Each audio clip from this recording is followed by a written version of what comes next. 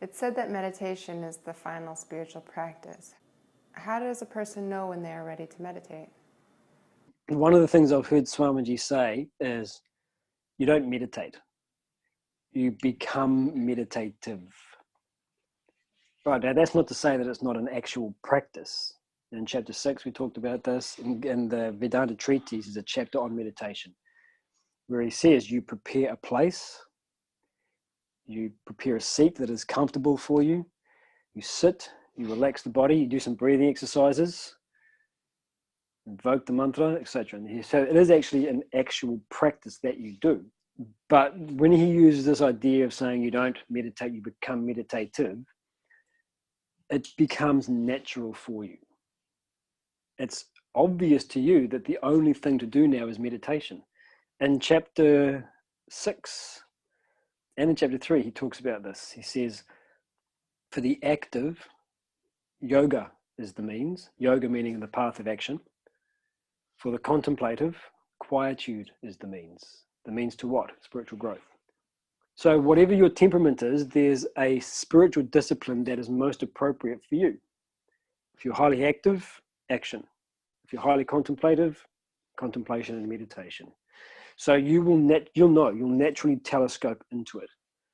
One of the ways that I've heard it described is to say that you meditate because it's your obligation. You know that it's your obligation to grow spiritually. And so you reflect upon what your obligations are. Okay, so what are my obligations as a spiritual practitioner? I have to engage in karma yoga. You know it because you've analyzed your temperament. I have a lot of reaction to the world. I want to be out there. I want to be with people. I want to be with the environment. I want to do things. Most of them are selfish. This is my temperament. I want to gain things for myself. Great. That's who I am. Go with that temperament and act through the path of action. And you support that with your daily study to whatever degree and your devotion to whatever degree. So it's through an analysis of your personality. It's my obligation to perform the path of action, to find a higher ideal in life and function through it. Someone else does the same process. What's my temperament? Highly introvert.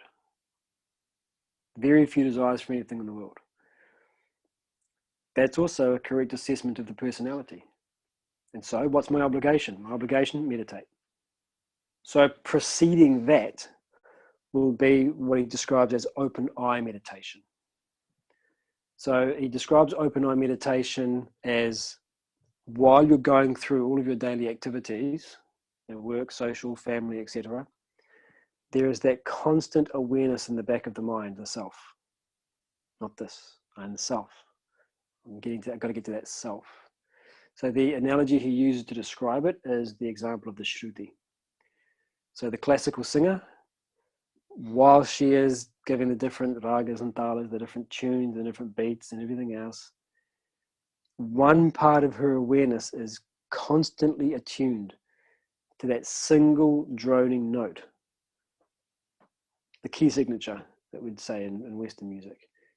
That key signature, that note is constantly there in the back of her awareness. Doesn't interfere with her singing. In fact, it supports.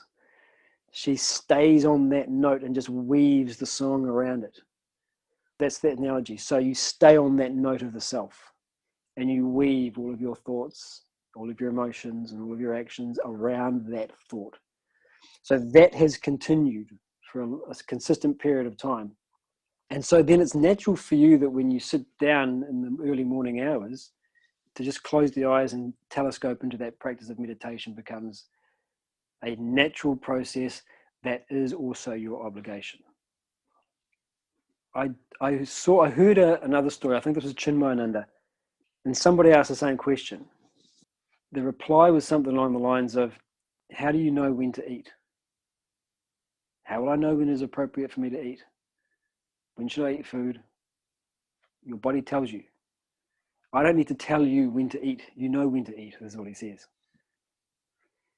The other way you can think about it is the sort of in the reverse.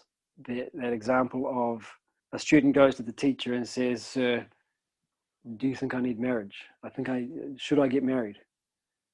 The response is, the fact that you asked the question is yes. yes, you should get married. If you didn't have the thoughts, desires, or the impulse for marriage, you wouldn't come and talk about it. It doesn't rise in your personality.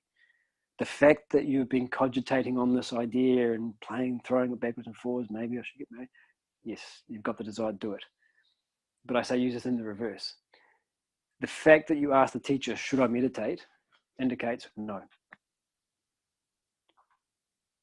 Because if you knew, if you were ready for meditation, there wouldn't be a doubt. This is why I gave the example of the marriage thing. If you have a doubt as to whether or not you're prepared, you're not prepared. When you are ready, those doubts will also be cleared. As you grow in your spiritual development, your worldly doubts begin to clear. The very gross things like, relating to job and family, etc. These doubts filter away quite easily. The doubt as to what my temperament is, the doubt as to what is my appropriate spiritual practice, these also clear out.